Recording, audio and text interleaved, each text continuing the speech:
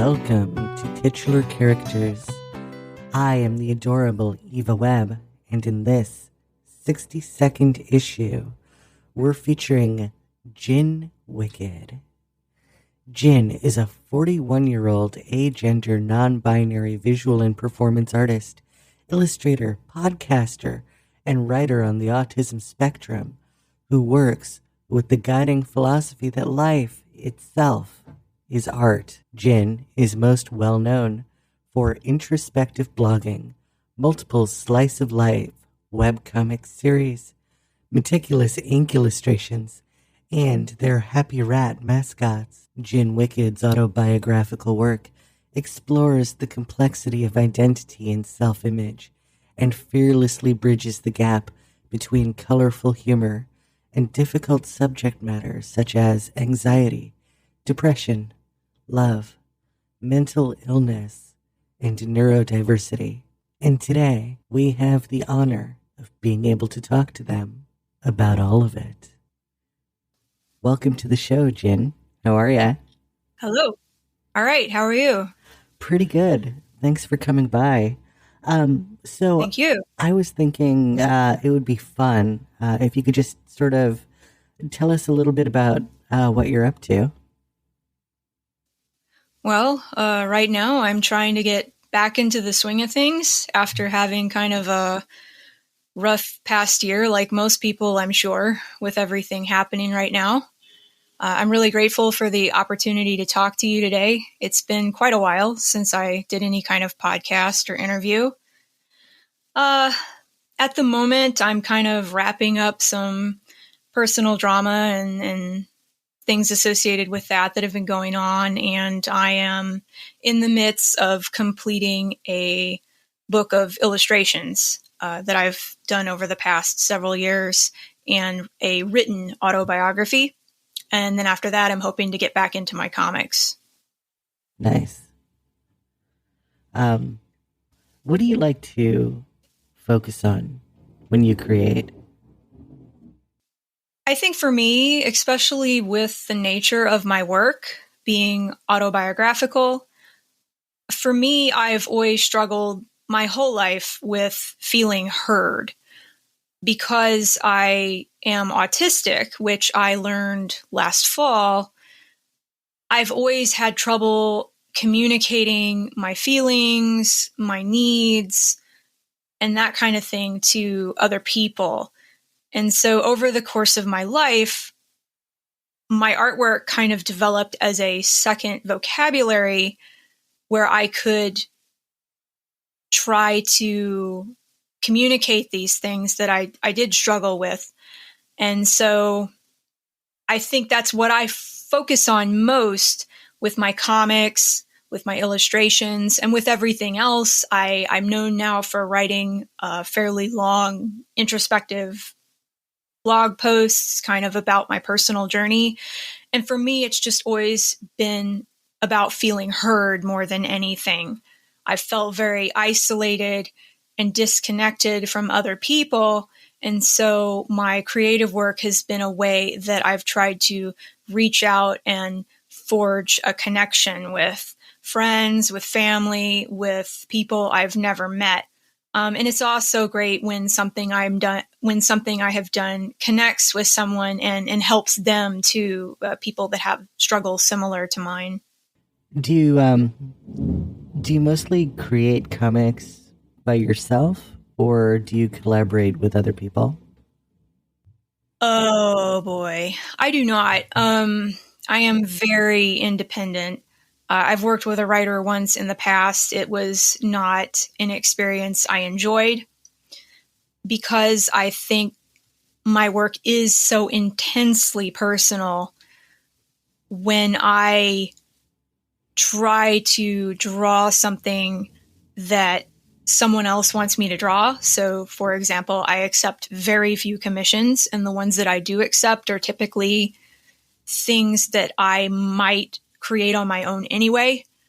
It always feels like somebody trying to put words in my mouth, and it's just something that it rankles my feathers. I really have a hard time doing it. So I don't do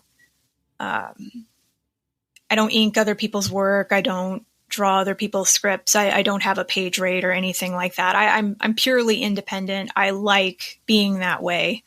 And for me, it's just a way to maintain what I feel like is my authenticity. When you draw, do you work pure digital, or do you have some combination of digital and paper? I do both. Nice. It depends on the project. It depends on the time frame that I have to complete it. Sometimes just my mood. I typically work with traditional media because, one, I prefer it, but two, I also rely on selling my original artwork to feed myself. But one of my comics, Have Tablet, Will Scribble, which is kind of a little more lighthearted autobiographical material. That one is 100% digital. I was kind of created to be something that I could produce more quickly because I do tend to get lost in the details sometimes. But generally, I prefer to work with traditional media, even more of the old school, like dip pens, crow quills, brush, and India ink. Ideally, I would do everything that way, but I also have multiple art styles that work better with different media. So I make that determination for each project. And I should say that even 100% traditional media, I do still run through my Wacom tablet and, pick out little stray marks or, fix where watercolor got a little too much in a wrong place or things like that. So I do digitally edit everything. It all goes through that process. But most of it starts out as a traditional piece. Do you think about paper much? Like, in as far as like final medium, are you one of those artists that packages their work into trade paperbacks or something like that? I do intend to eventually. I have a few mini comics that are available right now through my Etsy shop, but the illustration book, the art book I'm working on right now, and the autobiography, those will both be kind of traditional books.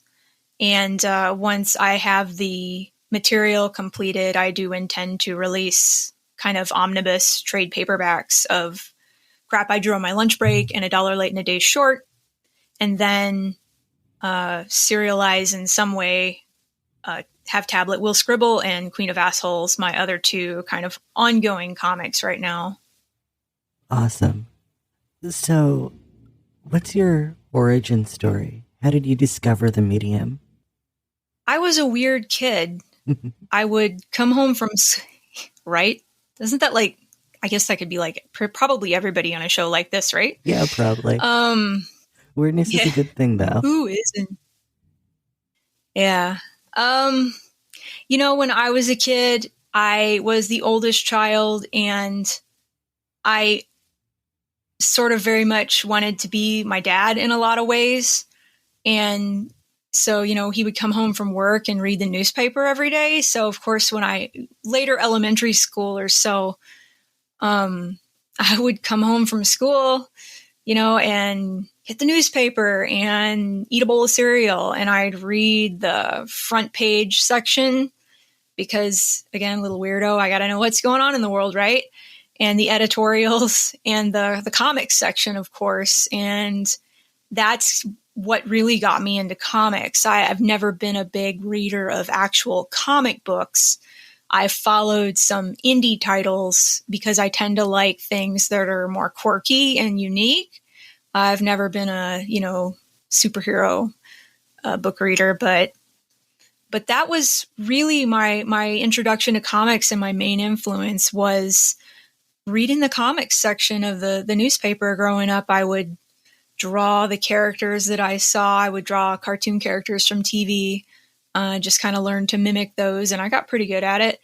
And then when I was in high school, my final year of high school, I'm going to date myself here, it's 1998, I worked in a sporting goods store for a year to pay for my first internet-enabled computer, which was this big, chunky, compact Presario laptop. And just about as soon as I got it, I started teaching myself to build websites.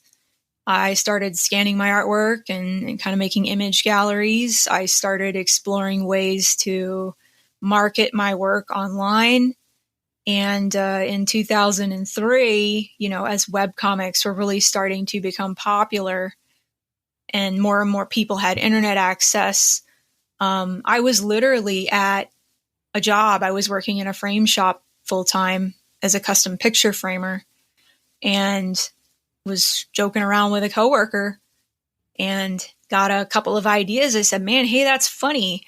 And I went and pulled some paper out of the computer printer and picked up a ballpoint pen and scribbled down a couple of single panel comic strips. And those ended up being the first crap I drew on my lunch break strips that were literally crap I drew on my lunch break.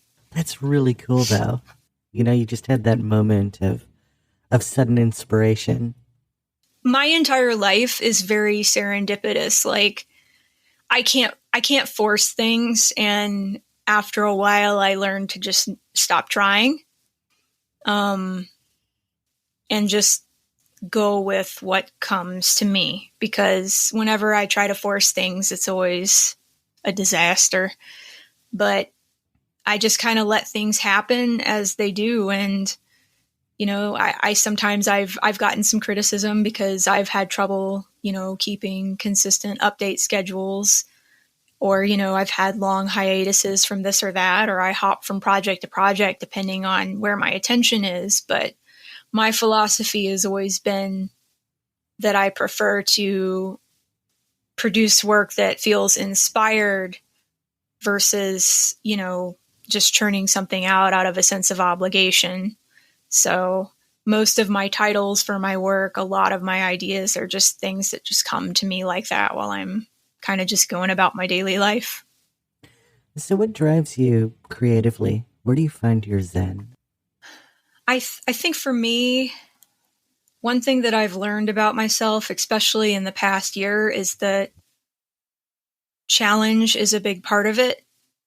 I'm a bit like a puppy. If you don't keep me occupied, I'll start to chew on the furniture and get depressed. So I need to be challenged. I need to always be striving for something. So in my case, it's a lot more about the journey than the destination. So I want to try to make something that's as unique as I can. I want to produce the best work I can at any given time. I'm very driven to always improve my skills, grow my audience, and that kind of thing, reach more people. But it has more to do with a desire to see if I can do these things. It's about the challenge of accomplishing it more than, I want, someone to roll me up to San Diego Comic-Con in a limousine and roll out the red carpet. It's not for the attention. I'm very driven by just, here's hard thing I want to do. Can I do it? And then when I do that, it's like, okay, I did that one. What's the next step? What's the next hard thing? I have to always have some kind of goal that I'm working towards. So do you put much thought into how to make your stories memorable? Oh boy, that's a tough question because I put way too much thought into literally everything. Awesome. But I think so, yeah. I do my best to try to emotionally resonate with whoever's reading my work, whether that's a blog post or a comic or, an illustration. Again, coming back to feeling heard, it's always about how do I best help this person understand what I'm feeling in this moment. So yeah, in that sense, I put a lot of thought and care into trying to portray things in the most accurate way I can. When I'm just talking to people, it's because of the autism and everything else. Sometimes I'm not so good at that. But with my artwork, where I have the time to sit and really consider the imagery, the language, and everything else, yeah, that's a very deliberate process for me. How important is inclusion and representation when you're writing autobiographical material? I live in St. Paul. The riots last summer were not that far from where I live. I could smell, burning tires and stuff in my office. So it's something that's been on my mind a lot more lately. And I'm still not sure, and I'll be very open with admitting that I'm still not sure how to handle certain things. And it's not something that I have to worry about necessarily immediately. But it is something that's going to become important when I start working more on my comic, Queen of Assholes, which is a chronological biography. And one of the issues that I'm struggling with right now is how to handle subjects like the casual racism that I witnessed as a child growing up in Houston, Texas, in a fairly conservative family. And, how honestly do I want to portray that? How, especially for someone that really dislikes censorship, is it better to censor something because the language might be hurtful? Or is it better to say, this is how things happened and I don't want to sugarcoat it? Does that make sense? So it is something that's on my mind, especially with projects going forward that are going to kind of include those topics more than until recently. Most of my autobiographical work has been pretty lighthearted. But this particular comic is tackling a lot of heavier subjects, including child abuse and a lot of the stuff that I've lived through. And that's definitely a topic that's on my mind going forward. I don't have a good answer yet. And I imagine before I actually broach those topics, I'll seek out advice from people that probably have better opinions and more knowledge than me, to kind of determine like what would be the most appropriate way to handle that. Cause I don't, I'll admit, like I'm learning just like everybody else, I'm doing the best I can. But that's definitely an area that I'm still educating myself.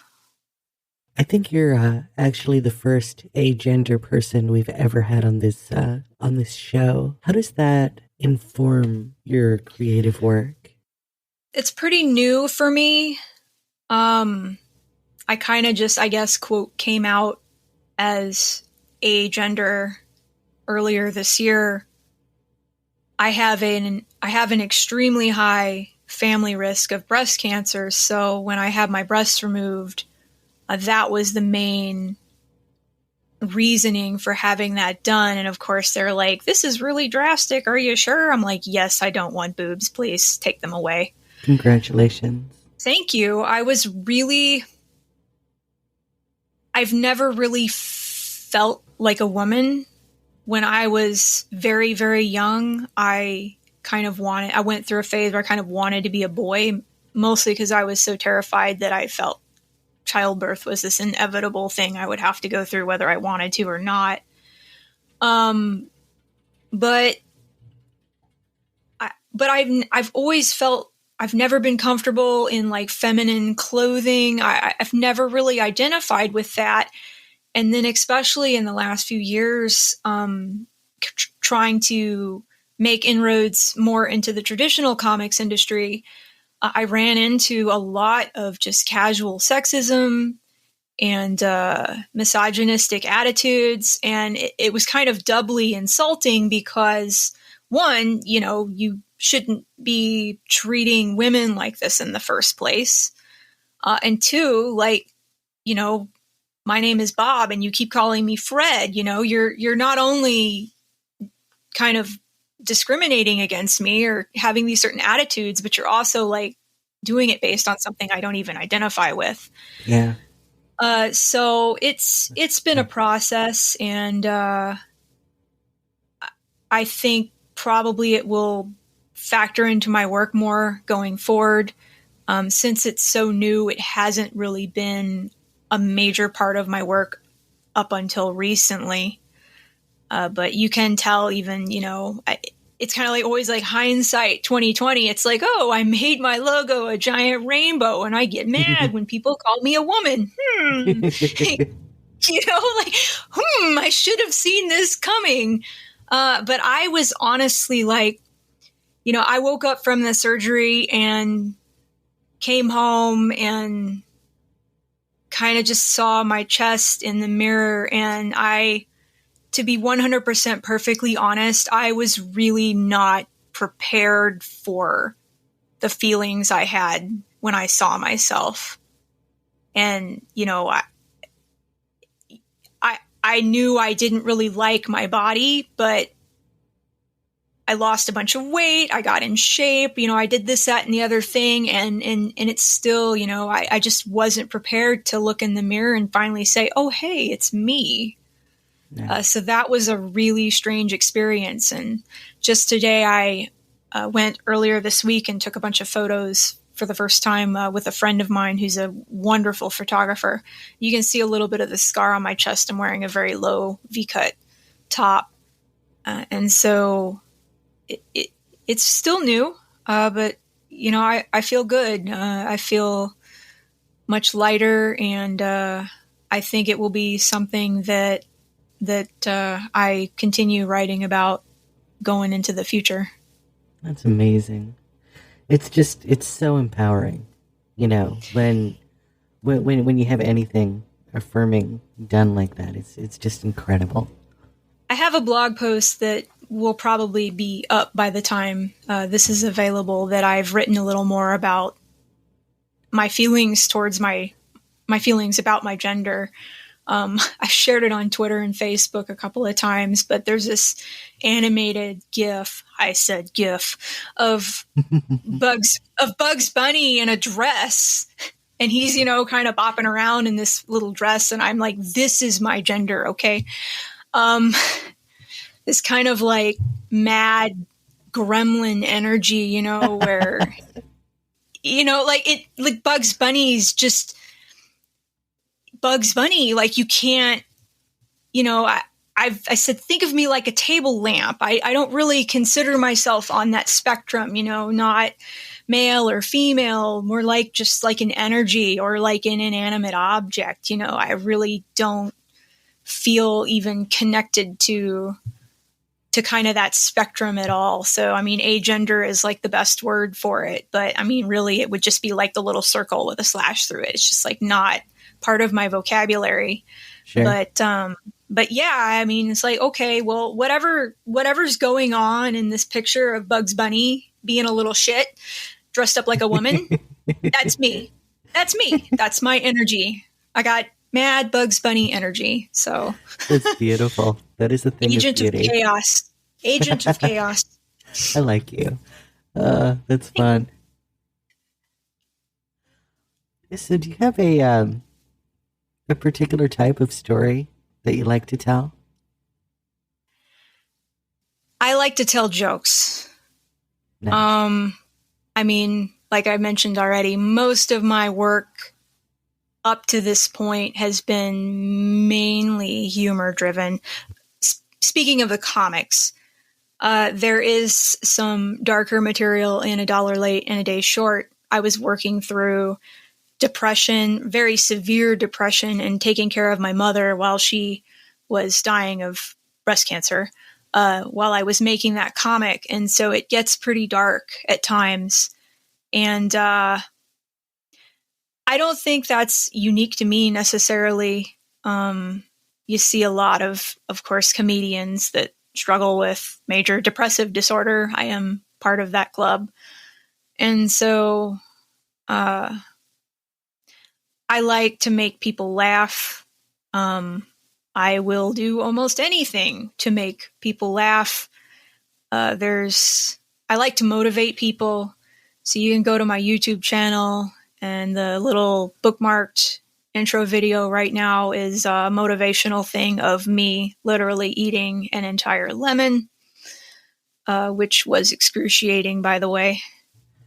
So sounds it.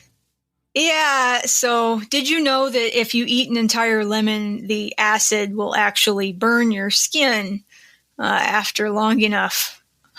No, I had a giant red welt on my face for about an hour after recording that. But wow, that message there is, like when life gives you lemons, you don't need fucking sugar or whatever. Just fucking eat the lemon. So I literally like peel and all, like I ate the whole thing.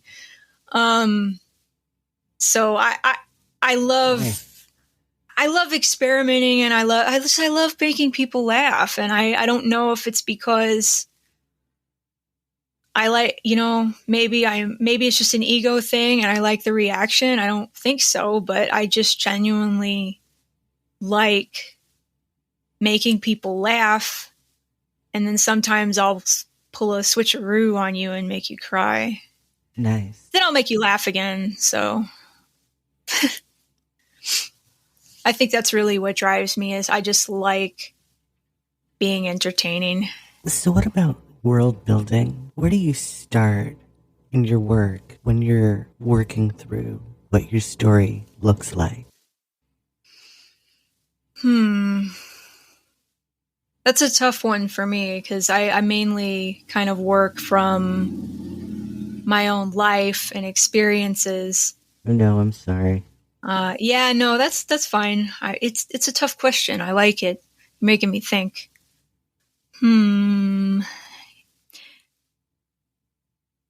I think for me, I may be even doing a little bit of that right now, because especially since I moved to Minnesota, I kind of got bogged down in this interconnected personal drama through the comic book convention I've been a volunteer for, and a colleague that I dated, and these other crazy people that are accusing me of doing things I didn't do. And it's been almost a process of world building just to make sense of everything that's happening around me. And I have to find a way to package that so that when I explore it through my work, it makes sense to somebody that didn't actually live through it. So you have to kind of figure out what the important details are, what the relevant information is,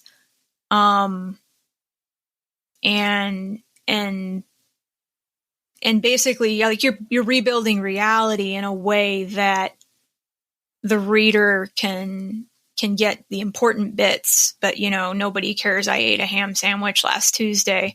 So I think even though it's reality-based autobiographical work, there's definitely still an element of world building there, because you have to know, you still have to build that world, and put people in your world so that they can identify with and empathize with what you're going through. So do you have a favorite single issue story or title of all time? Single issue? Oh boy. I read Mouse recently and I enjoyed that. Nice. It's hard for me to pick favorites, because more than anything, I love variety. So if you ask me what my favorite thing I read was, it's probably the last thing I read until I read the next thing. I'm the same way. Yeah, but having come from a background that's more based on syndicated comic strips than typical comic books, I've actually been in the process of kind of revisiting the classics, or visiting for the first time for me the classics, to better understand the history of comic books and the industry. I really enjoyed Watchmen. So I read that a year or two ago. But Mouse, of course I have a thing for rats and mice, so I'm biased, but it's also one of the greatest comics of all time. I mean, just universally acknowledged. Yeah, I don't want to which is your favorite comic, Jen? Well, let me see. I've only read 5, so. but no, that book really, that book very much deeply affected me. I have trouble reading a lot of things because I'm a little overly empathetic, and so when I read emotionally upsetting material, I get way too distressed myself. And there were a few points where I just about wanted to throw that book across the room. I was so angry and upset about what I was reading. So that deeply affected me. And then, like I said, I really enjoyed Watchmen. I read The Dark Knight, which was also a very well-known, I guess, must-read title. I did not like that book. There is a video on YouTube of me ragging on it. But those are the two I can think of off the top of my head. My favorite ongoing series was Poison Elves, but that's been finished for a long time. So is there a creator that stands out in your mind as either the most underrated or most inspiring person making comics today? Oh boy. A big influence on me, though, I wouldn't call him underrated. One of my favorite comics is Berserk. And of course, Kentaro Miura recently passed away very suddenly at age 54. So I had spent about an hour ugly crying at my desk when that news broke. That hit pretty hard. He's probably the main one for me. Of course, I am very good friends with Joseph Linsner, who does the comic Dawn. It's not something I read when I was a teenager, but it's something I've read more recently. And I think a lot of people might look at his work and initially kind of say, oh, it's, the character's very much kind of in a pinup style. So she's always wearing lingerie and in sexy poses. And I'm guilty of this too. Like when I was a teenager and I saw Dawn posters, hanging in the comic shop, late 90s, early 2000s, my early 20s, when I would hang around in comic shops often. I kind of just wrote it off. Like, oh, it's a sexy lady comic. I don't, I'm not necessarily interested in that. But I became very good friends with his wife, Christina, and very close with them. And, over the last couple of years, I've read all of his work, and it really does it a disservice to kind of just look at the character and make any kind of surface judgment based solely on its appearance. Especially when there's so much issue with how women are portrayed in comics generally. Dawn is really a character that takes no shit from anybody. And so, his books really kind of caught me off guard and surprised me. One with how you know, how well-rounded a character she is, the depth of the story. He's got a lot of mythology built around the characters. And I think his work is really underrated. I know he's a fairly well-known artist. He's not exactly, you know, a little indie nobody's heard of. But I do think his work deserves more attention than it gets. And I'm not just saying that because he's my friend. I really do believe that. Dawn is an extremely well-written book, and his artwork is just phenomenal. So if you're interested in checking it out, don't just see the sexy lady on the cover and think it's a pinup book or it's just cheesecake or fan service, because it's definitely not. It's a character that, you know, she looks sexy, but if you touch her, she's probably going to rip your arm off. Nice. Yeah. So I really enjoy his work. And just on a personal level, they kind of, both Joe and his wife, Christina, came into my life at a time when I really needed, someone that was professional to, you know, take a moment to notice me and my work and offer encouragement and support. And they have just been the best friends I could ever ask for. I did some sketch cards for them. I'm not a sketch card artist. I don't normally accept that kind of work, but I did some sketch cards for the 30th anniversary Dawn collection last year. And I did a Dawn illustration for them as a gift, which I framed. And they've just been so good to me. I'm just eternally in their debt. But completely independent of that, Joe's work is definitely something that merits looking into if you haven't already.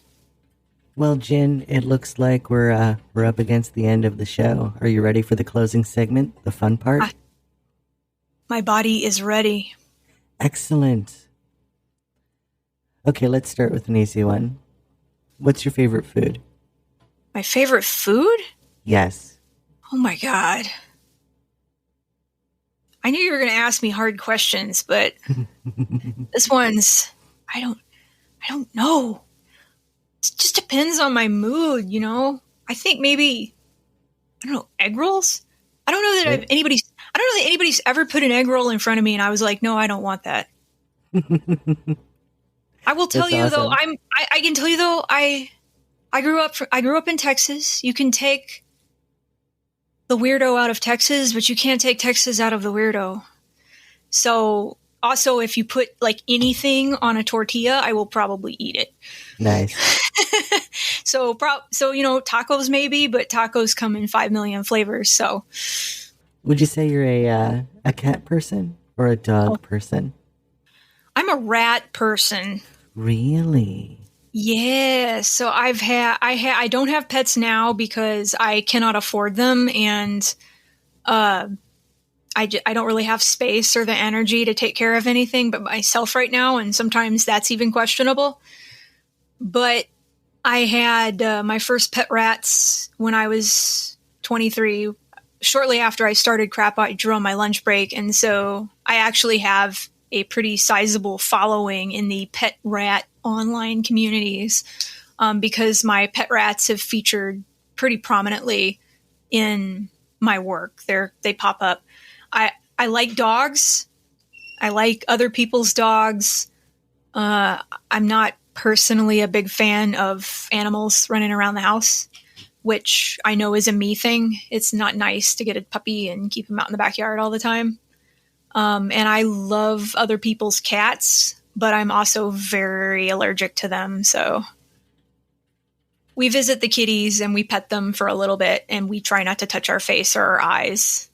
And that's about the extent of it. But I love rats. Rats are very much like puppies that don't grow up and only live a couple of years.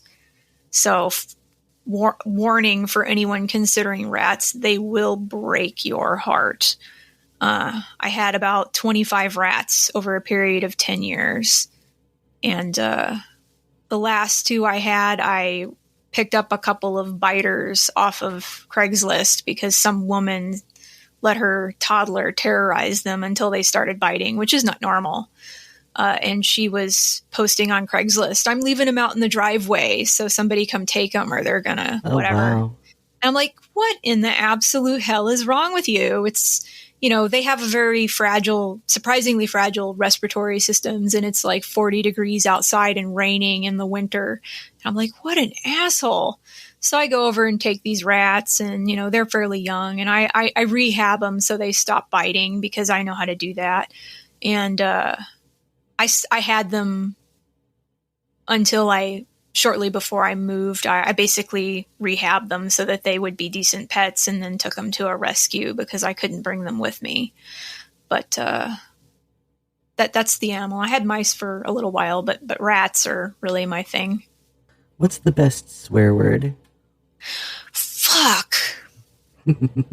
Fuck. I was like, I'm surprised how little I've actually said that during this hour that we've been speaking.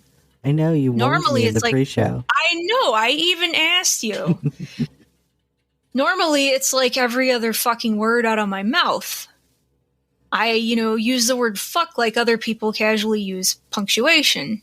Sure. And I don't censor that shit either. But it's such a versatile word, Well, it's sort of like bold and italics for spoken speech, Right. Well, I mean, it can be a noun, an adjective, a verb, punctuation. It's just a very versatile word. So I get that one a lot. Everybody loves fuck. But the question I would have is, what do you feel like is your best usage of fuck that you've come up with? Well, I got one. I have a series of videos on my YouTube channel that I don't update as frequently as I initially did because isn't that the way? But I actually have a slogan, and I am ashamed that it took me a minute to think of this, but my little catchphrase is actually stop fucking around.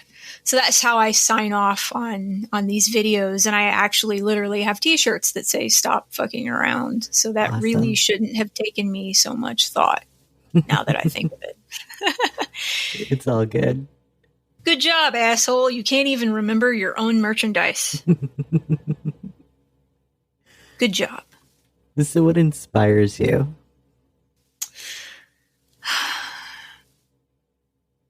I like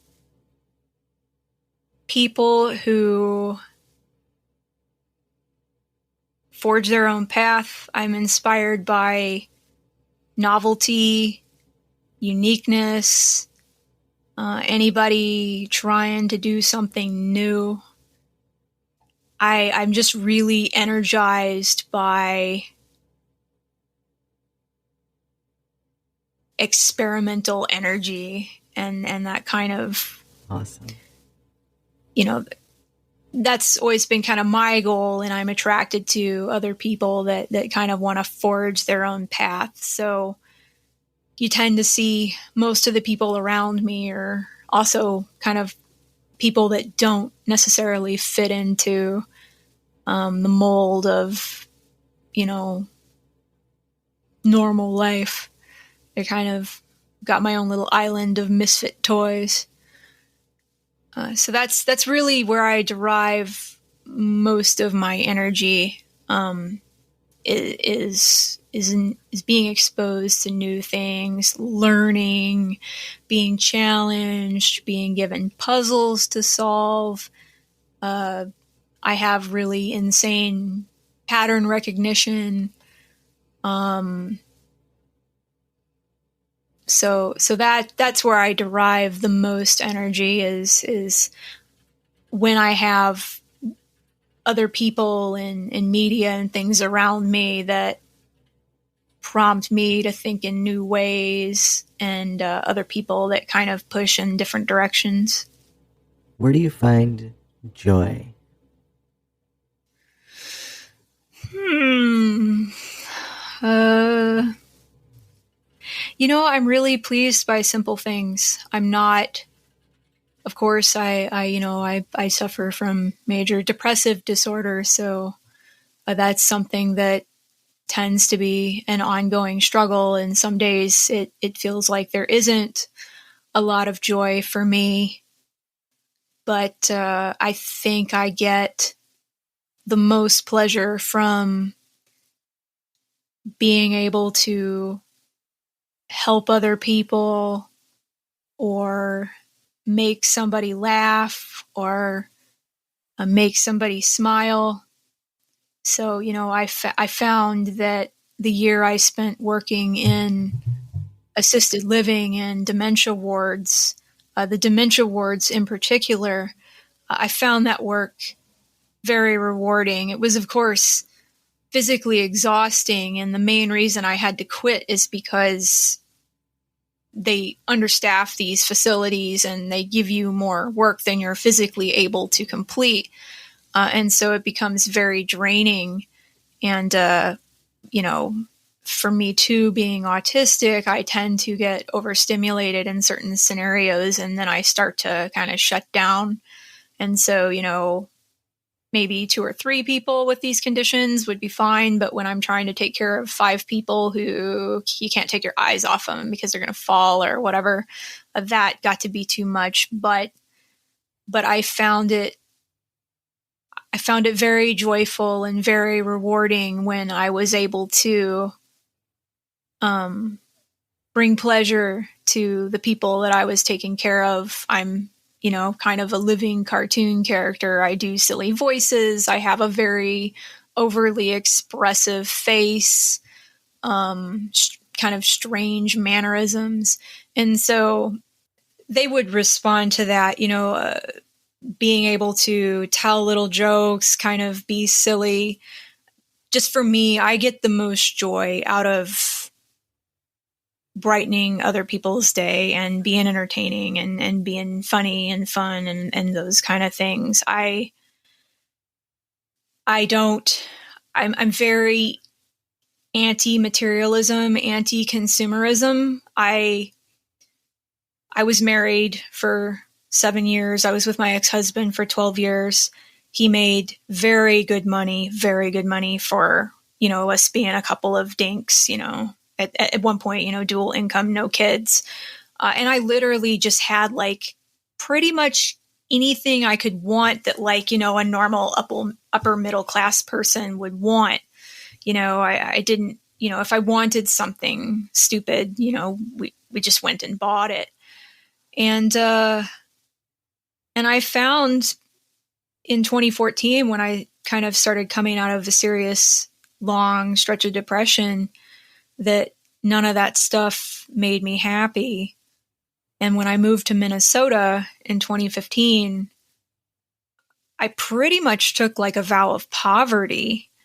I don't get any joy out of shopping. I don't get any joy out of collecting widgets or Funko Pops or, anything like that. I just really, I enjoy sunshine and a nice walk, a nice breeze, going to the park, experiences, sharing time with people. But most of all, being able to do something meaningful and make people laugh, make people smile. No, you're fine. I don't think you're weird at all. I mean, you keep saying you're a weirdo and that you can... What was that one thing you said? You could take the... you can take Texas You can take the weirdo out of Texas. You can take the weirdo out of Texas, but you can't take Texas out of the weirdo. I can talk like my family out from East Texas, but I have to think about it before I do. I haven't used that one on video yet. I have video of my relatives out from East Texas, and my mother's parents didn't know that I was recording them the last time I saw them. So when I need to dip into that accent, I call up that video in my head. Oh, man. I still have this lower Brooklyn accent that comes out when I meet anybody from the East Coast. It's awful. I am so ashamed. I've picked up a little bit of I catch myself every once in a while. My language is very impressionable, and I've picked up a little bit of the Minnesota accent here and there. And so I have this weird mismatch of. I lived in Minnesota for like 5 years, and I still can't do the accent. I'm normally like the kind of person that like picks up accents everywhere I go, and it is regrettable. Gets me into trouble. But I could not do the Minnesota accent. It was funny because, like, Minnesota, I have like this weird sort of mishmash Middle American accent. And when I was in Minneapolis, people all the time would just accuse me of having this really thick accent. But the way they spoke was hilarious. It was like I almost have to do a voice for it. You know what I mean? It's like Yeah. this high-pitched Minnesota, you know. I got better at it when I was working in the old folks home because a lot of the older people had thicker accents. Here in the cities, it's not as pronounced. Yeah. But I try not to do it on purpose because if I do, it'll creep too much into my normal I speech. hear you. And I'm like, oh no. Lately, a video that I'm working on right now, I've been binge watching Monty Python's Flying Circus to do a bad British accent for a bit in a video. And I'm like, God, I hope this doesn't stick. I'm really surprised how few people I lived up here very briefly in 2000 for roughly a year. And I used to get asked a lot where I was from. And I spent a lot of time in Toronto for several years, going back and forth. So I was dating a Canadian and I would get asked often, where are you from? And I'm really surprised that hasn't happened much since moving back here. But maybe I don't have as much of an accent as I used to. I used to work with this one gal. I think her name was Lisa. She was from South Africa. And I would work with her full time every day. And I swear to God, her accent rubbed off on me. It did. I mean, everybody thought I was from Cape Town. It will if you hear it often enough, which is why I'm going to try to take it easy on the Monty Python once this video is done. I hear you. All right. So back on questions. You've got one wish to save the earth. What do you do with it? One wish to save the earth. Yep. Well, do I wish all the carbon back into the ground? Do I wish the oil companies away? It's complicated. Mm. I would have to, I would have to do some kind of research paper to see what would be the most effective use of resources. But, climate change is something that, I'm glad to see that people are starting to get concerned about it, but, it's something that bothers me a great deal. So, I mean, I guess I would say, if I could wish away all the fossil fuel companies, I would probably do that. I know that, that leaves modern life in a bit of a lurch, but, I don't have kids, I'll never have biological kids for sure, whether I end up mentoring or fostering or something like that. If I find myself in a position to do so in the future, I worry a lot because I have friends with, a young child and, I want, not only for my own selfish reasons of, wanting people to be around to read my books 100 years from now, I want there to be a planet, for the future, for kids and young people alive right now. I can't imagine the stress of being a young person right now and kind of seeing what the future holds. So I suppose if I could wish away all the carbon or the fossil fuels or whatever and force people to come up with a better solution, I would do that. So what's next for the talented Jin Wicked? Well, immediately I am probably going to start a bunch of shit by posting more provocative blog posts. I've been going through a lot of personal baggage, especially this year, and kind of along the lines of Me Too and all of that. I disclosed a lot of details about a kind of an abusive, kind of tumultuous relationship I had with a colleague. And tied up in that were the antics of a friend of mine who helped me move up here, as someone I had a very sketchy relationship with when I was younger.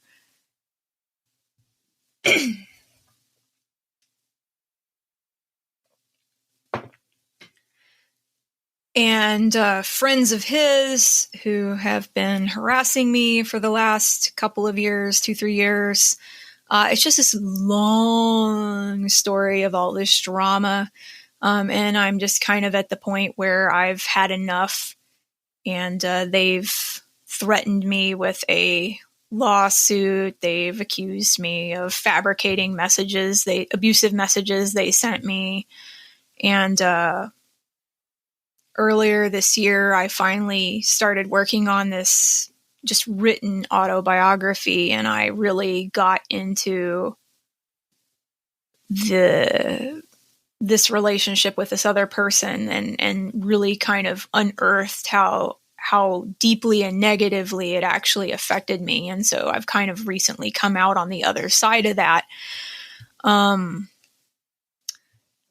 Now that that's all kind of cleared away, and I'm in the process of saying what I have left to say on those matters before I just kind of close the book on it and move on. We'll see if they try to drag me into court ultimately or not over it.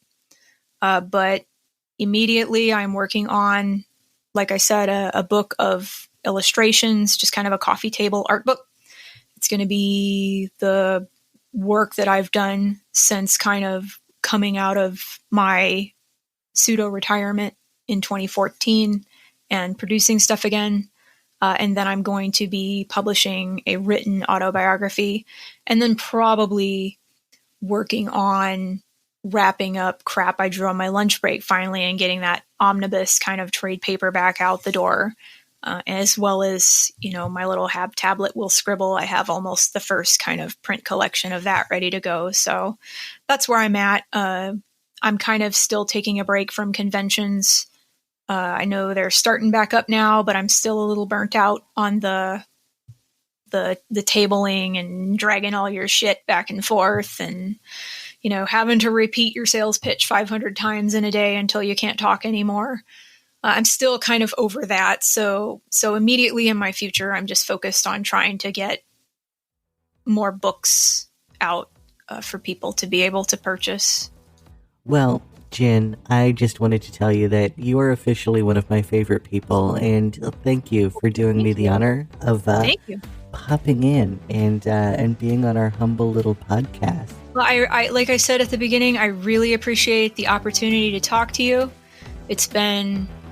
I had my own little podcast for a while. It's been at least 1.5 years since I recorded a podcast. It's been much longer since I had the opportunity to actually do a proper interview and talk to anyone. So this has been a really enjoyable hour or so speaking with you and getting myself back out there. And I'm looking forward to hearing it. I'm going to listen to myself. I'm that person. Awesome. Awesome. Okay, so where can people find you online? I am the easiest person in the world to find online. JinWicked. I'm Jin Wicked on pretty much every major social media. That's my personal Facebook page. jinwicked.dot.com is my public business page. jinwicked.com is my website, and you can find links to literally everything from right on that front page as well. And now it's time to close the show. Imagine it. The lights beginning to come on in an empty theater. people starting to get up from their seats, the smell of popcorn crushed on the floor, and the thought runs through your head that Titular Characters is awesome and you want to support it. Fear not, my friends, there are tons of ways to do it. You can follow Eva at EvaIsAdorable on Twitter. You can leave a review on Apple Podcasts, Podchaser, Castbox, or Podcast Addict. And if you're feeling super generous, you can leave some dough at buymeacoffee.com/EvaIsAdorable. There, you can contribute as little as $1. And every bit goes towards paying for production and hosting of this show. How cool is that? Titular Characters is a show about the things we love. It is produced and hosted by the adorable Eva Webb. Opening theme by Antonia Marquis. Closing theme by Mikey Flash of Speed Force Music. The dreamy announcer guy who reads the credits is Donnie Underwood. That's me. Join us next time for another death-defying adventure in cyberspace. See you then!